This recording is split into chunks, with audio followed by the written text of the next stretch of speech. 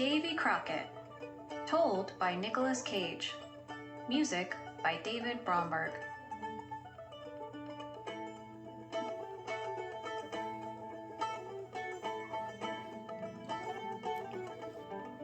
My name is Davy Crockett, and I am a legend of American history. The original ring-tailed roarer of the western woods, I called myself.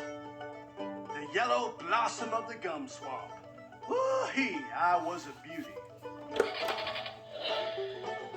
Of course, I was a flesh and blood person, born and bred, loved my wife and babies, and now passed into the celestial vapors from where I speak. Young folks ought to know their history and how a person gets to be a legend. So these here are the naked, green-skinned facts of my life. And a lot of it is the truth, too.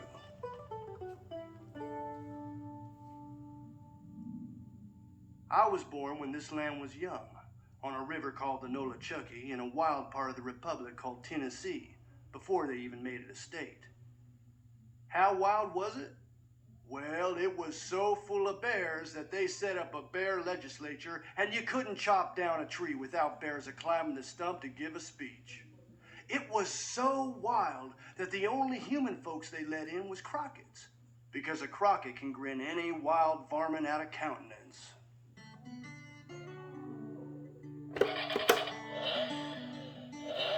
Now, one autumn in my 9th year of life, game had got scarce around the home place, so we set off a-hunting over Big Sandy Way.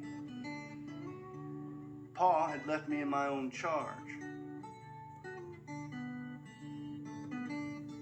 Well, wouldn't you know, but down in a slough, I chanced upon a hollow log, and from the inside there come a queer kind of humming, like my ma and sisters sound like at a quarter mile on wash day. I did peer in the log, and there beheld a wondrous sight. Beautiful honeycombs dripping with golden sweetness. That crispy cold fall air had lulled the bees into a snooze.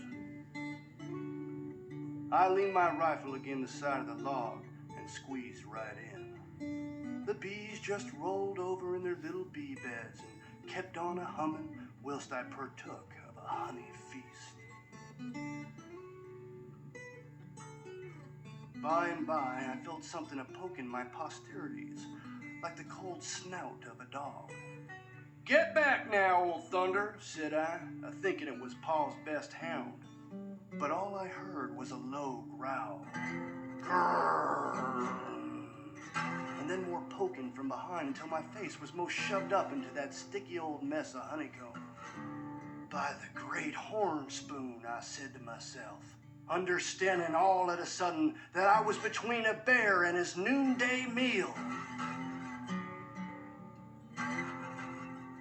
Meantime, snug as we all were, it was warming up in that old hollow log. And those bees had about woke from their slumber. "Bzzz," said the bees. Now, in such a fix, I had to ask myself which I preferred, a face full of bees or a face full of bear. And finally, I reckoned that I might find fairer use for my face on the bear end of things, and vice versa, my posteriors at the bee end.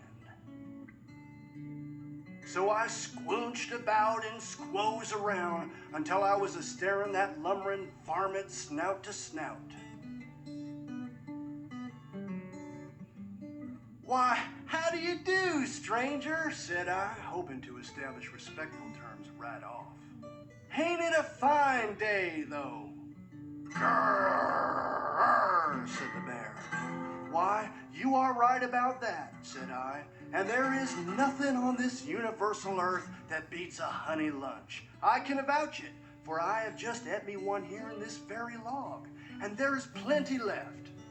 Let others have their blood-soaked viands, their possum innards, their livers and gizzards. Give me sweet, fresh honey every time." "Grrr," said the bear. Well, well, by now, those bees had warmed themselves to full alertness. And noticing how I